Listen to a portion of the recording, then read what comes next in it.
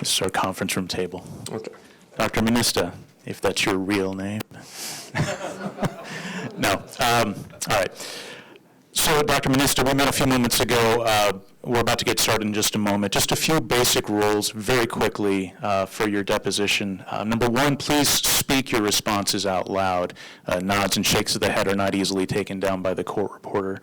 Number two, if I ask anything that you need me to repeat or to rephrase, please let me know. And lastly, if we can wait until one of us is finished speaking, that'll prevent us from speaking over one another. Fair enough? Yes, sir. All right, so we're now on the record. Can I have your full name, please? Andrew Philip Minista. And Dr. Minista, what do you do for a living? I'm an orthopedic spinal surgeon. Okay, and where do you practice? I practice in Olympia, Washington. How long have you been practicing? 12 years. Are you board certified? I am. All right. Your license to practice medicine, is it active and current? Yes, sir. Okay. Prior to the deposition, you were kind enough to provide us with an updated copy of your CV. We've gone ahead and attached that to the deposition as Exhibit 1. We may have time for that later. In the meantime, the case that we're here about today, the opposing counsel, or the law firm of Adler-Giersch, have you ever had cases where you've had patients that have also been clients of the Adler-Giersch law firm? I have. Okay, and with Ms. Carter and Mr. Adler specifically? Yes. Okay. All right. Dr. Minista, are you being compensated for your time testifying here today? I am. Okay. And let's switch over for a moment to the case we're here about. So, Jack Smith, do you know a gentleman by the name of Jack Smith? I do. And how do you know Mr. Smith? He is a patient of mine. Could you refresh me on how you came to know Mr. Smith? He was referred to me by his primary care provider. Okay. And for what reason? For back and neck pain. Right. And so prior to that consultation for back and neck pain, did you know Mr. Smith in any way? I did not. Not personally, not professionally? No, sir. Okay.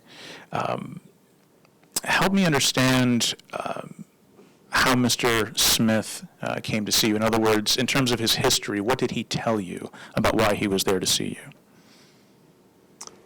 He presented to my office with a complaint of ongoing back and leg pain, as well as intermittent neck pain. Okay. And you've already testified that Mr. Smith was referred to you by his primary care doctor, Dr. Family. Is that correct? Yes, that is correct. All right. Do you know Dr. Medicine? Do you know Dr. Medicine either personally or professionally? I do. You do. Do you know him personally or professionally or both?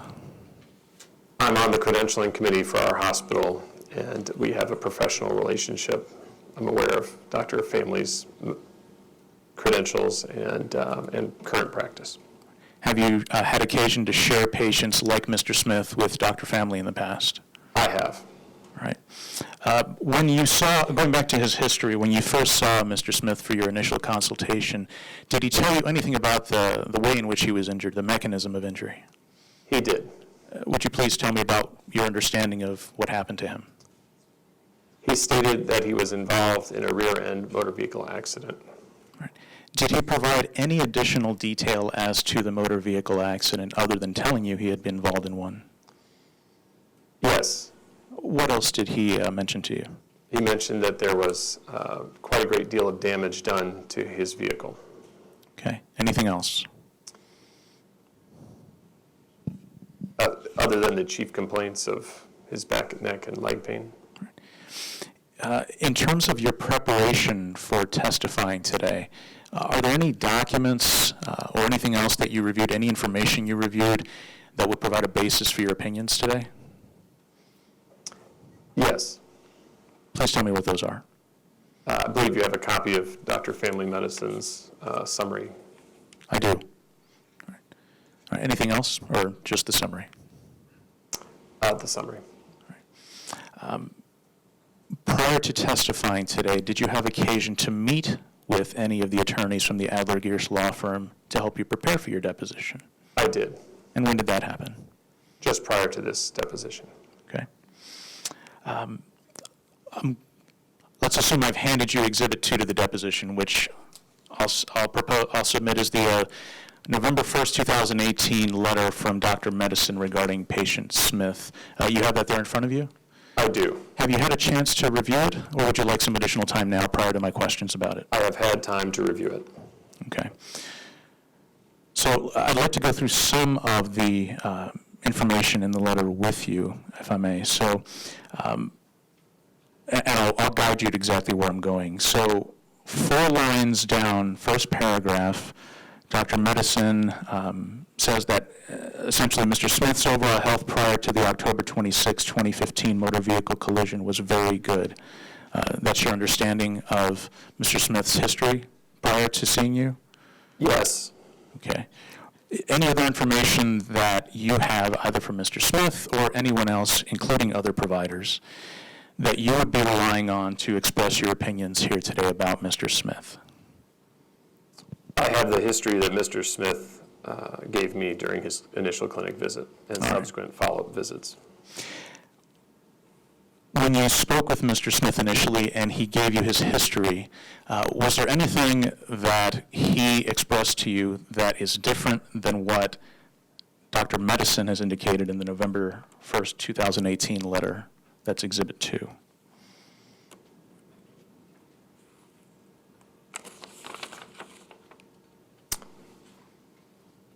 No. So going down to the second to last sentence in the first paragraph, if I'm reading this correctly, Mr. Smith had no chronic health conditions according to Dr. Medicine. Am I reading that correctly? If you could, the second to last line of the first paragraph? Yeah. Prior to the motor vehicle collision of October 26th, he had no chronic health conditions. Do you see where I'm indicating? Is that consistent with what Mr. Smith told you when he first came to see you and gave you his history? It is. Okay, so let's go down to the next paragraph. Dr. Medicine does indicate in the beginning of that second paragraph that Mr. Smith experienced low-grade intermittent low back issues due to the physical nature of his job. Do you see that? Yes, sir. Okay. In the past, have you had patients that work in the construction industry? I have. Would you say you've had many or few? Or I've had several dozen. have there been any patterns with regard to patients that work in the construction industry in terms of symptoms or types of injuries that you have experienced? They have presented to me with a variety of spinal complaints. Right. And that would include low, upper, and middle back pain? Yes, sir. Okay. Dr. Smith uses the word intermittent to describe, Dr. Medicine uses intermittent to describe Dr. Smith's prior low back pain.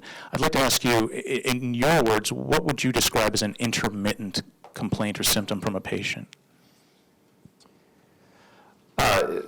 In my clinical practice, someone who was describing having intermittent back pain could be a patient who, at the first heavy windstorm of the fall, has a bunch of leaves, rakes the leaves, and has a sore back for a weekend, does some intervention, whether that be over-the-counter medicine or chiropractic care, and then has resolution of those symptoms in a relatively short period of time. That would be an example of someone that would have a fairly typical intermittent low back pain episode. All right. And if someone had, let's say, occasional low back pain, how would you describe or define occasional low back pain as opposed to intermittent?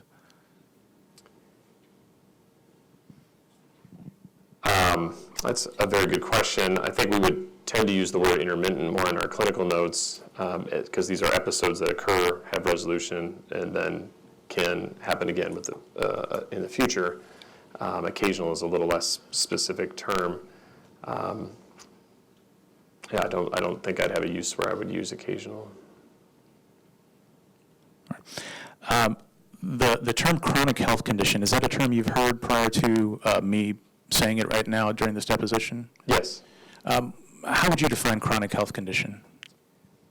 I would define chronic health condition as a medical condition that afflicts a patient in a way that they will have to deal with the manifestations of that lifelong. An example would be diabetes mellitus, hypertension, coronary artery disease.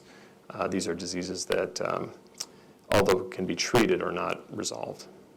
And a patient can have a chronic condition in their spine, yes? They can. Okay. The word tweak, and I'm now looking at the fourth line down of the second paragraph of Dr. Medicine's medical narrative report. Dr. Medicine indicates, Mr. Smith presented in my clinic after, quote, tweaking his low back after lifting a 50-pound bag of cement at home. So I imagine tweaking is not a term of art in medicine. It is not a term that we would use in medical terms. Right. So, Dr. Minister, how would you, in your words, define tweaking? Objection. You can answer the question. I can repeat it if you like. Counsel, can I complete my objection? The objection is that the word tweaking is not a word that he uses. The word tweaking is not one he uses. It's a word that's used by the other doctor. I would recommend you take the deposition of the other doctor if you want to get to the bottom of what tweaking means. And I'd be more than happy to look up while you continue your questioning Webster's for you. Please, you're welcome to answer the question. Thank you. Dr. Minister, same question, and I'm happy to repeat it again if you've forgotten at this point. It's my recollection that you were asking about the definition of tweaking. Yeah, have you ever had patients come in that said, Doctor, I tweaked my back? I have. And it's my understanding with the quotation marks that this is how Mr. Smith presented to Dr. Family Medicine's clinic and described it as tweaking his back. All right. Is it fair to say that tweaking then could be any range of severity from mild, moderate to severe? Yes, it would be fair to say it's a non-specific term. Okay. And so looking down in that same paragraph, again, Dr. Medicine appears to be describing this episode with Mr. Smith. Dr. Medicine recommended physical therapy and a lumbar MRI. Mr. Smith improved after a few visits of physical therapy and never required the MRI. So my question to you from a more general perspective is, prior imaging studies when seeing a patient for the first time, are they helpful to you as a clinician? They certainly can be. Right. In the absence of any prior imaging studies, what do you have left in order to determine causation and the cause of a patient's injuries? Objection. I don't understand that question. I don't know if the doctor does. Right. I could ask it a little bit of a different way. So you testified a moment ago, Dr. Minister, that prior imaging studies are helpful in diagnosing patients, correct? They can be. All right. And I say that from a medical perspective, in other words, as a clinician diagnosing a patient. Now, in terms of providing opinions regarding a patient's, the source of a patient's injury, a legal opinion like you're doing today, would a prior imaging study be helpful to you? It would depend on the clinical context. There are conditions that certainly comparing before and after imaging studies could be helpful, but they're not always necessary, and there are some instances where it wouldn't make a difference. Would a prior imaging study on the same part of, let's say, Mr. Smith's spine, his low back, if we had that, and I understand we don't, but if we did, would you agree that it might help provide a more broad view of the condition of his spine at the time of the prior imaging study, so you can compare it to the more current study? That's a very broad question, and the answer would depend on the specific clinical entity that you were looking at.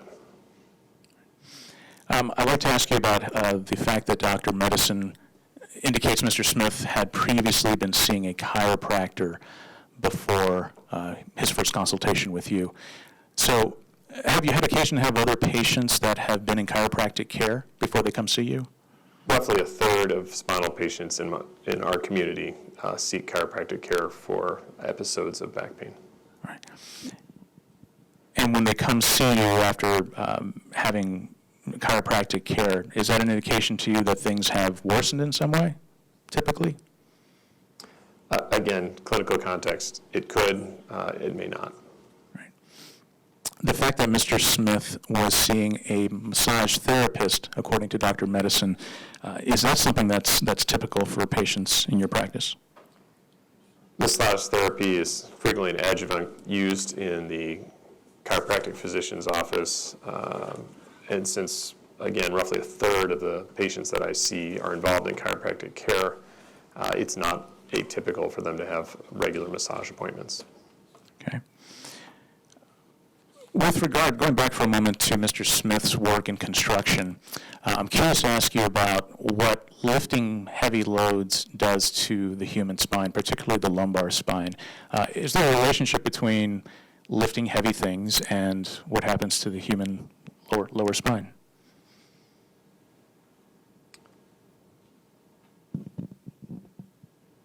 I'm a little confused by the question. Are you asking, can you injure your spine lifting heavy things, or the natural history of the human spine?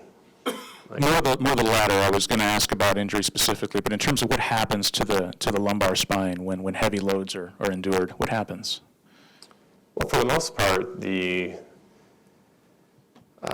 beautifully designed spinal segments are able to handle the loads. We have a disc complex that's made up of an outer ring that holds a juicy compressible center in the middle that is able to absorb forces, and then you have paired facet joints in the back that limit the motion that can occur, and if done within expected tolerances, this system will last quite a long time. And can there be injury to the lower back from lifting excessive weights? There can be injury to the low back from lifting weights.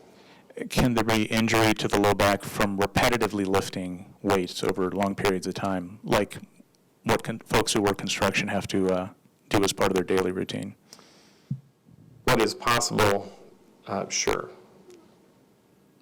It's possible to have repetitive lifting or bending or heavy things cause a back injury.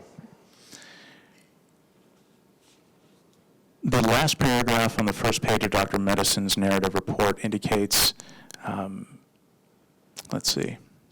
Well, you know what? Let's hold off on that. No, let's cover that. 3 weeks prior to seeing Dr. Medicine, Mr. Smith was involved in this motor vehicle collision. So this would tend to indicate there was a period of 3 weeks between the accident and when Mr. Smith first went to go see his primary care doctor. Is that something that is of any clinical significance to you?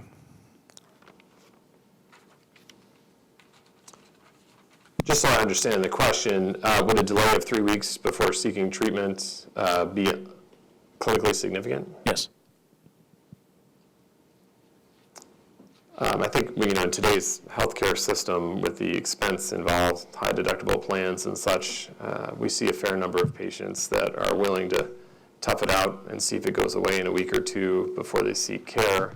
And then with my availability of being the only fellowship-trained spinal deformity surgeon in the 5 southern counties of Washington State, getting an appointment with me takes some time. All right. Doctor, what does degenerative disc disease mean?